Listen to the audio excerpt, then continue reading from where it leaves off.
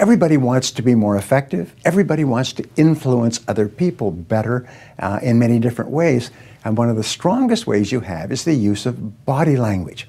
Body language, according to Dr. Albert Morabian at UCLA, constitutes 55% of the message that you send in a face-to-face communication. So what you have to do is you have to learn how to use body language in an effective way. Some of my friends are the world's experts on body language.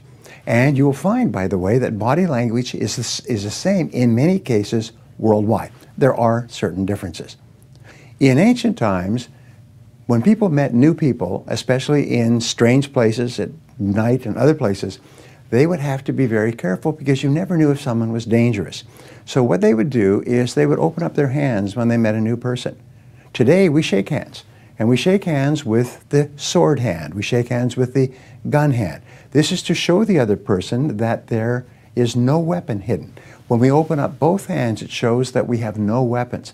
This is quite common. So one of the first things you do in body language is you just open your hands. Now, today, people actually embrace each other. When you embrace each other with both hands, it means that you cannot have any weapons, and neither can they. Another form of body language, which is very important, is to smile at people and look straight at them and hold your hands. Now, some people say that when a person folds their arms, it means that they're closed off. Well, this is not always true. In many cases, it's because people are comfortable folding their arms, or they're cold, or they have an ache or a pain somewhere. So never interpret that automatically. But if you're in a meeting with someone else and you find yourself folding your arms, deliberately open your arms.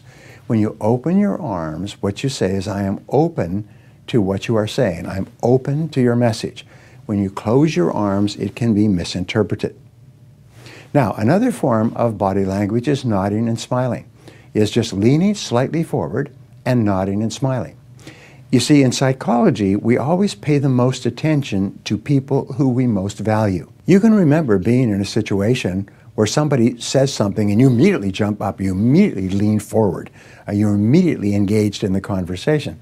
That tells you that that person grabbed your attention. So, the message that you convey in a sales conversation is 55% body language and nonverbal, 38% the tone of voice, and only 7% the actual words that you use.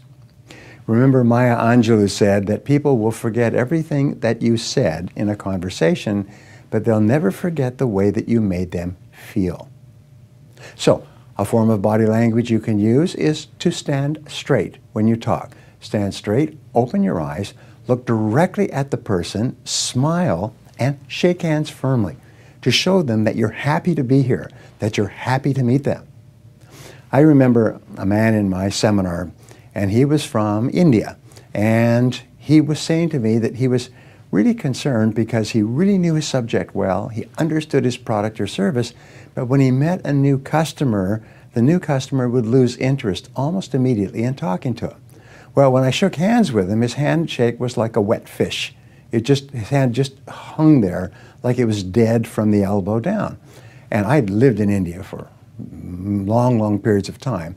And I realized that he didn't understand that in Western culture, a firm handshake means character, honesty, quality, trustworthiness, and a whole bunch of other things. He just thought it was just something that people did. So when he met a new person, he'd just hold out his hand like this. And the person would have to, take his hand, and he'd just leave. So I taught him how to shake hands firmly. I took him aside and made him practice. And I said, practice this every time you meet somebody. I met him about 2 months later, and his career had taken off. He said all of the initial reluctance he used to get from prospects was gone completely when he shook hands with them firmly and looked them in the eye. He said nobody would ever tell him this was his problem. Another thing, by the way, is that first impressions are lasting. One of the things that I'm concerned about, as you can see, is dress. Many people today have been misled. The fact is that 95% of the first impression you make on other people is dress and grooming. Many people say, well, people shouldn't judge me by the way I look. Well, you judge everybody else by the way they look. Imagine if you walked into a restaurant, a nice restaurant, and the guy who came up to service you was wearing short pants, an undershirt, a tractor cap facing backwards, and beach thongs in a first-class restaurant. How would you feel about dining at that restaurant? Would you think that this person was mentally ill? Well, how do you deal with someone who is trying to sell you an expensive product or service who looks like a complete bum, looks like a homeless person? So be very important. It's very important. First impression, sit upright, face forward, and ask a lot of questions.